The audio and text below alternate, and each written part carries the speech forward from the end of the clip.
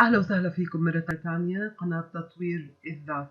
اسمها جاي من هدفي في هاي القناة إنه الإنسان بيقدر يعلم نفسه بنفسه وبيقدر يطور حاله لوحده بدون ما يحتاج إنه يروح على مراكز أو إنه يروح على معاهد على أساس إنها تعلمه شغلات ممكن إنه يلاقيها على الإنترنت ببساطة.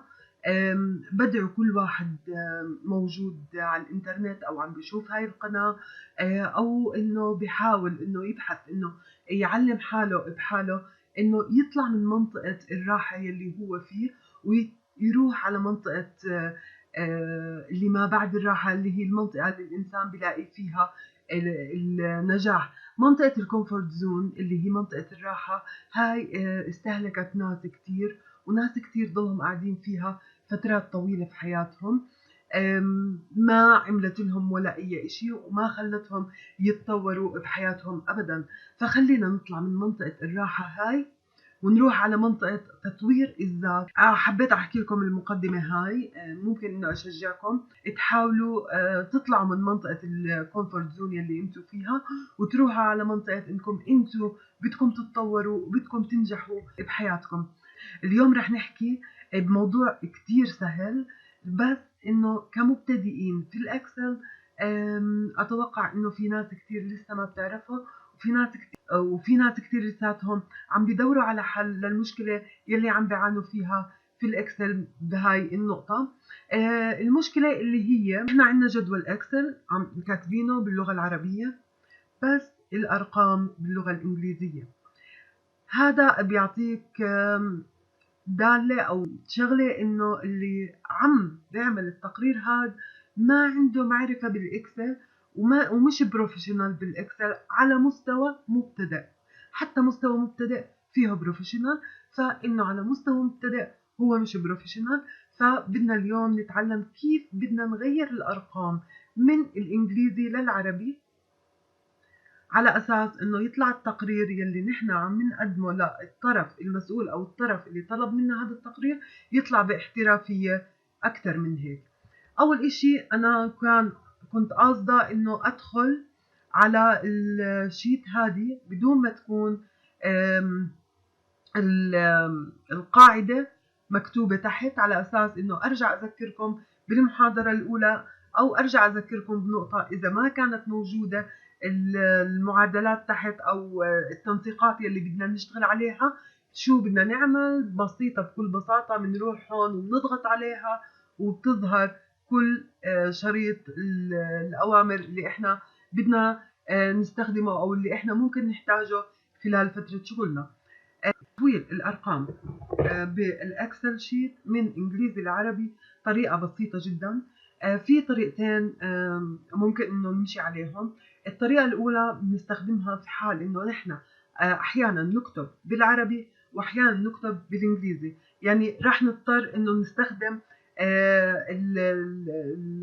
الأرقام العربي والأرقام الإنجليزي في تقارير مختلفة. فهون رح نتبع الطريقة يلي رح أورجيكم إياها هلأ.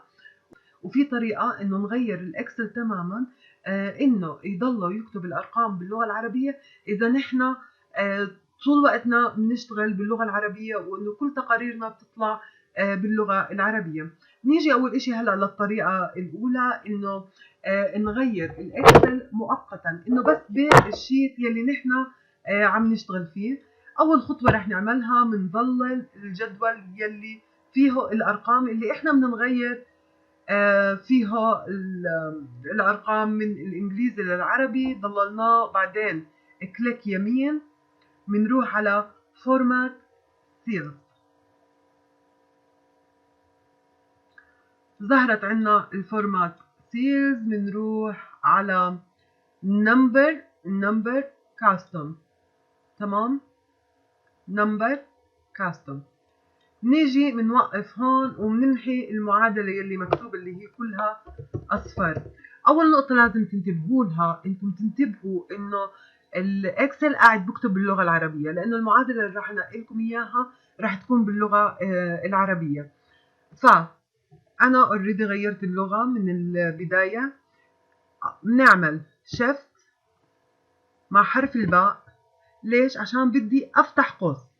تمام، شيفت مع حرف الباء عشان افتح قوس، بعدين شيفت مع علامة الدولار، بعدين نيجي بنحط إشارة الناقص، بعدين بنحط 2 مليون اللي هي 6 أصفار، بعدين كمان مرة شيفت مع حرف الياء عشان إيش؟ أسكر القوس، بعدين نقطة، سوري، نقطة.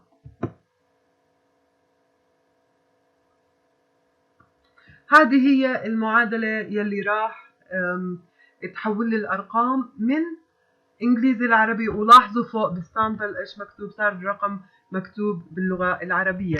إذا يعني بفتح قوس، بحط علامة الدولار، ناقص 2 مليون، بسكر القوس وبرجع بحط نقطة وبعطيه أوكي.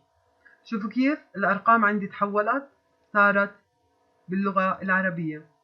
بالفعل موضوع كتير بسيط وكتير سهل، بس إنه في ناس لسه ما بتعرف هذا الموضوع، ما بتعرف الطريقة يلي بدها تتبعها على أساس إنها تغير الإكسل من الإنجليزي للعربي.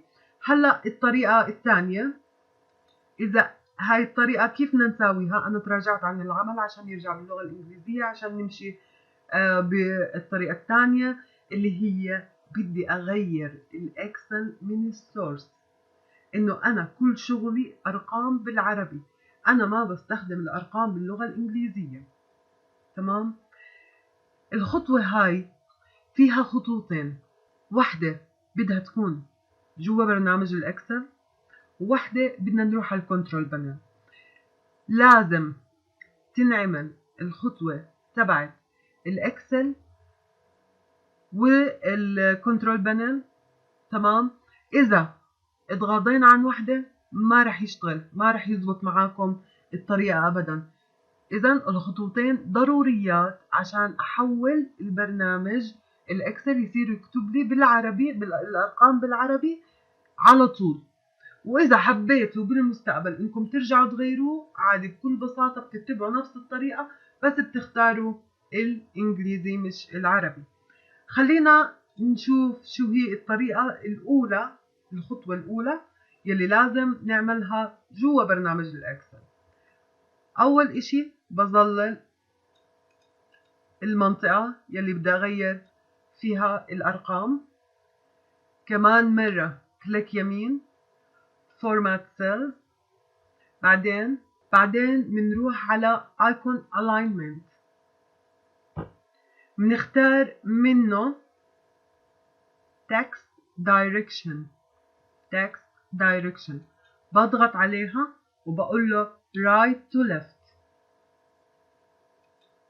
أخدها هيوتو Right to Left، بعدين بقول له أوكي. تمام، منلاحظ إنه وبسيب عشان يحتفظ فيها، منلاحظ إنه ما صار في أي تغيير، ما صار عندنا أي تغيير. بطلع من الإكسل وبروح على الكنترول بانل. فتحت الكنترول بانل بدي أروح على اللانجوج. شوفوا هون بنروح على clock and region، change date time or number format، بضغط عليها.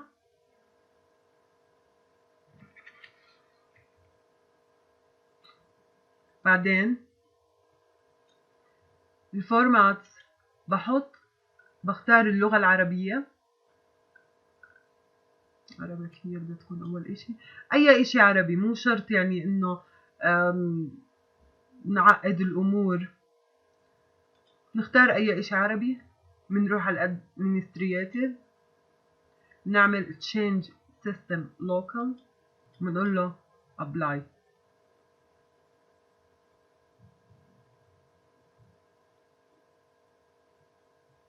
شوفوا كيف فتح لنا Region Setting، وبرضه بختار كمان أي وحدة عربي، أي إشي Arabic. تمام، وبعدين بعمل له أوكي، وخليني أعمل أوكي وبعدين أرجع هقولكم كيف صار الشكل. هلا بعد ما اتبعت الخطوات اللي شفتوها معي، رجعت عملت ريستارت للجهاز، لانه لازم نعمل ريستارت للجهاز عشان يقبل الامر. لاحظوا معي انه الارقام من برا حتى مبينه انها متغيره، وحتى المنطقه هون التاريخ الارقام اتغيرت للغه العربيه.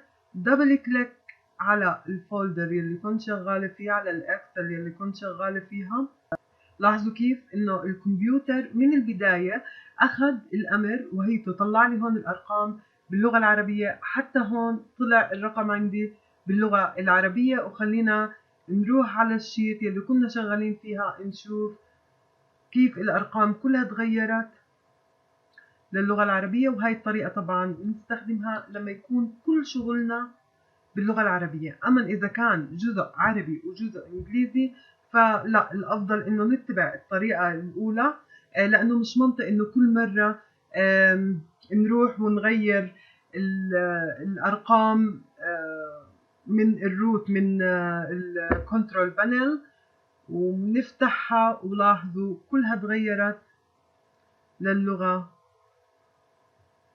العربية. وهي الطريقة أنا بنصح فيها للأشخاص اللي دايما بيستخدموا العربي بكتاباتهم وتقاريرهم. لا، بغير من الروت من الجنرال. أما اللي عندهم ازدواجية في التقارير عربي وإنجليزي، لا، يستخدم المعادلة بيكون أسهل، لأنه مش حلو إنه كل مرة تقعد تغير من الروت. وإذا عجبكم الفيديو بتمنى انكم تعملوا اشتراك للقناة وتشتركوا فيها عشان يوصلكم كل شي جديد انا بنزله اول باول. وبالتوفيق.